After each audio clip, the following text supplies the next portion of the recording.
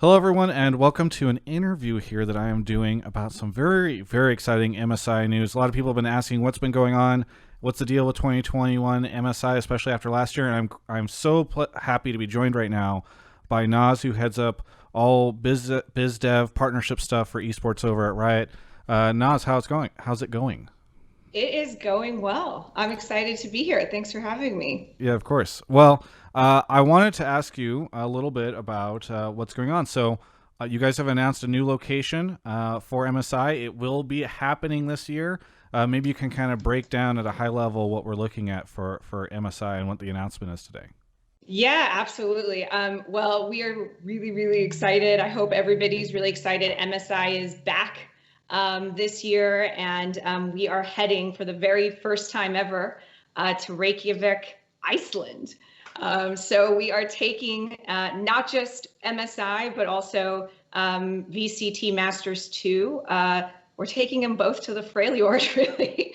And so we're just really excited that, after the event had to be canceled last year due to COVID, that we're back in action. And for those that don't follow the other esport, that will be we're referencing Valorant. So Valorant and League Yes. side by side in Iceland. Now, this I will say, like I'm very excited for it, but it breaks my heart because I would have loved to have traveled to Iceland, and I know it's an I know. unfortunate, fortunately tight group of people. I'm sure that will be attending this event, but yeah. So why was it Iceland that you guys were able to choose out of all the different locations? Sure. Well, it's a couple of things. I think the first and foremost, uh, anytime, but especially right now, during COVID, the health and safety of everybody that is working the event, competing in the event, attending the event, if there's a live audience, that is at the utmost importance. So that's kind of the big checkbox we need to check first. So this was a bit of a process. It was actually a two-part process in terms of how we came to narrow down and select Iceland. The first is working with a risk assessment agency. So they essentially go out and landscape the world for us to find out, where, to essentially create a short list for us of, hey, where are the best places from an overall COVID protocol standpoint? They look at case counts, they look at each location's COVID policies to maintain safety. And then so based on that criteria, they came back with a list of 5 candidates, of which Iceland was one. And then we actually gave a list of the top 12 candidates to a second agency, which is our host region bidding agency. And so they go out and essentially establish a dialogue with the governments and authorities of each of those potential locations to assess essentially whether those locations can meet our criteria, how they could best support us, et cetera. And so based on that, that was again the top criteria as we looked at where can we go to host these events. Iceland, their government authorities, their health authorities have been really, really supportive and collaborative to help us really operationalize the event. We tend to even go above and beyond what the CDC standards are for health and safety protocols right now. And so Iceland's been really supportive to us and all that. And then beyond that, we're super excited to one, be entering a new decade and heading to a totally new market that we've never been to. And, Iceland's just beautiful, just we think that I'll speak for our creatives who I think are really, really excited just because I think Iceland just offers them this amazing landscape, right, to play with. So overall, we're stoked to be heading to Iceland. See, and this is the reason, especially that last one, is the reason why I'm just like, no, I really hope that this is I such a huge know. success that like We Iceland go becomes. back. Yes, exactly. Yeah. So if we could do this again next year, if I would just put my vote in for another trip there for MSI for next year. Either way, yeah, I assume that a lot of this would have to be something where you guys would have to figure out a way to talk to the government and have them really bought in on doing something like this. So setting aside the location, what was sort of the philosophy in pairing Valorant and League together for this? I mean, I know they're two separate events, but in a sense, this does Yeah. bring them together to the same location. Yeah, and like you said, there'll be two totally separate and distinct events. The reason that we're doing them in the same location and essentially back to back really is the operational efficiency during COVID, where obviously having people travel and quarantine and be in a certain location, it just made sense to be able to pair the two events so that we can leverage folks that will be on the ground for League as we head into Masters too. Gotcha. Okay. So for the for the league fans, I have heard that MSI will have a bit of a different format this year. I know you guys are probably going to be providing some information for me, so people watching this can probably go look on my channel. I've probably also posted another format video. If not, it'll come up soon. But maybe you can give a high level on what some of the changes are going to be. Yeah, definitely. So MSI will still feature 12 teams, one team from each region. That stays the same. The change from prior MSIs, which again from 2019 to this year, is that we'll now have all 12 teams start at from the beginning of the tournament. So no plans, yeah. No plans, exactly. So you'll see all 12 teams being able to be showcased, which we're really excited about. We think that's something fans really like to see. Our Worlds play-ins last year was kind of a record play-in, so we know there's a lot of pent-up demand for just the highest tier of competition, across fans, and we want to deliver that for them. So all 12 teams will start at that first stage. That first stage will be like a group stage, so those 12 teams will be divided into 3 groups of 4.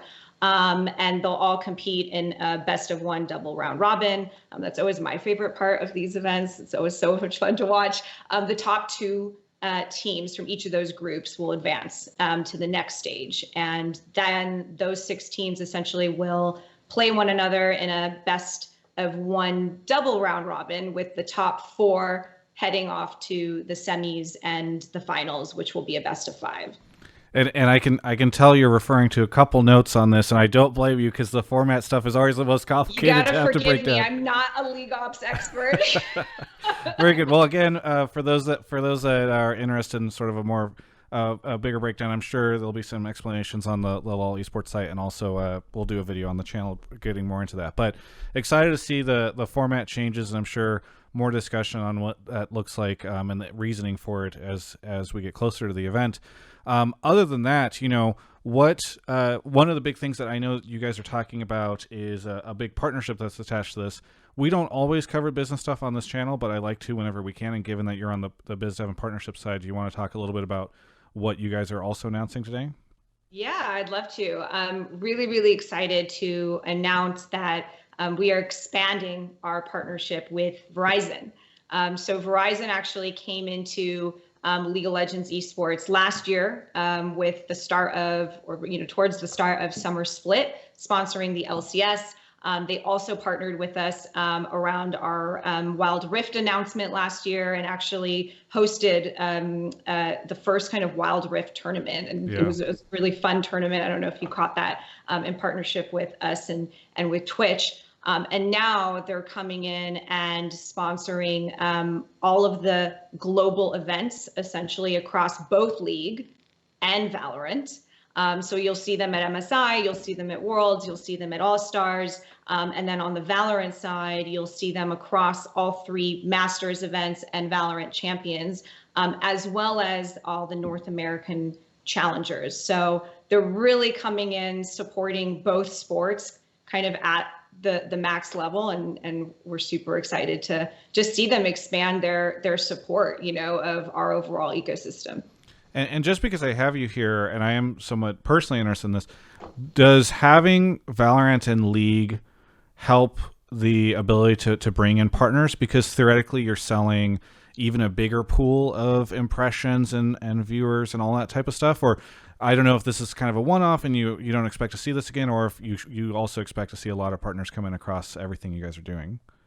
Well, it's a couple of things. I hope to see partners come across multiple sports in both directions. We may bring on some sponsors first, on the Valorant side, and then they expand to League and vice versa. And eventually we'll have Wild Rift, and there'll be a lot of optionality, I think, for partners.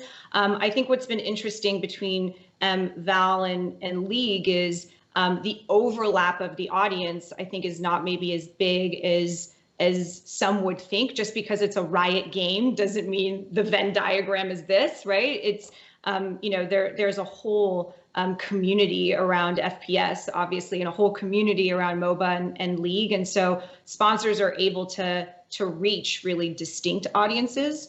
But what they can do is they can essentially look to see how we, as partners to them, have supported them on the League side, and what we've built on the League side in terms of an ecosystem and top tier events and production value and broadcasts and live events and really the spectacle, right? Like how entertaining it can be to be at a League of Legends event or watch a League of Legends esports event. They can come to expect the same of us on the Valorant side. So, we're excited to see Verizon expand and join us in Valorant. We've also had Red Bull and Secret Lab join us there too. So it's a good start. Yeah, excited to sort of see what the future looks like as the stuff happens, and how much sort of in tandem a lot of Valorant and League work together.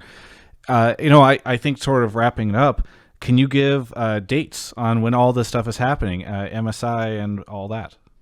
I can. So MSI will kick off in May. So they'll start on May 6th and go to the 23rd is when the finals will happen. And Valorant Masters 2 will essentially start immediately after. So the very next day. Nice. So starting on, let me get my dates right before I give you wrong dates. Yeah, of course. It's going to start immediately after. I believe it's on the 24th, and it'll go about 7 days. So okay, cool. May will be a fun kind of jam-packed. Yeah. We're coming back, and we're coming back strong, off the hiatus from MSI last year. Yeah, no, it is really exciting. And it's funny to me that it's just like the amount of Icelandic B-roll that I will see over the course of May.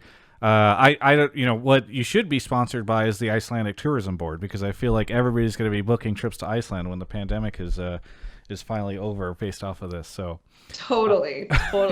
I'm just hoping I go. I'm like, I really, really, to your point earlier, I really want to go to Iceland. Yes, no, I know. I think everybody's going to be. I know. Anyway, is there anything you want to say to any of the fans out there, people looking forward to MSI, or anything that you think anybody should know? Oh, wow. I mean, honestly, it's really to thank the fans. Our fans make this sport. They've shaped this sport, and they've made it what it is today. So I think a huge thank you. I think all of us here have just been so humbled. Those of us like me, I've been at Riot for quite some time now, and have been doing esports for most of my time, and to just see how it's evolved and how big it's grown. And I think that's just a testament to the fans, to the pro teams who, work so hard to compete. And we're just bullish. I think that's what I would leave it on. Like, we're entering our second decade of LOL esports. And I think we're all together, the fans, us, the teams, like we're in such a strong position, and we're just looking forward to putting our foot on that pedal even harder as we go into the second decade. So just a huge thank you, and, stay tuned for more, really. Well, thank you again so much for the interview. Can't wait to see MSI in just a couple months. For everyone else, you can check out the rest of my coverage of all things LCS, esports, and more right here on my YouTube channel. When I walk down the street in a mask, people yell at me and they say, "Is that gaming god Travis Gafford?" And it's always kind of embarrassing. I'm like, I kind of like cover the mask a little bit more, try to duck away, but then eventually a lot of people are all yelling about it. And what people don't know is that I would not be the gaming god that I am today without Alienware. You can check them out in the description, alienware.com/Travis10 off. It'll save you 10% off your order. And then maybe you can get people cheering your name randomly on the street. I can't guarantee it. There's no promises, right? Like, this is not like a legally binding. Like, if there's fine print at the bottom, and there's not, because I don't want my editor to spend time doing that. But if there was, it would say that there's no guarantee that that's going to happen. Look, I just don't want any liability around this. So, but Alienware.com/Travis, Travis 10 off. Check the link in the description. Use that code, save 10%, and it'll help me create content like this. The video that you just watched, I mean, specifically, and the other videos on this channel.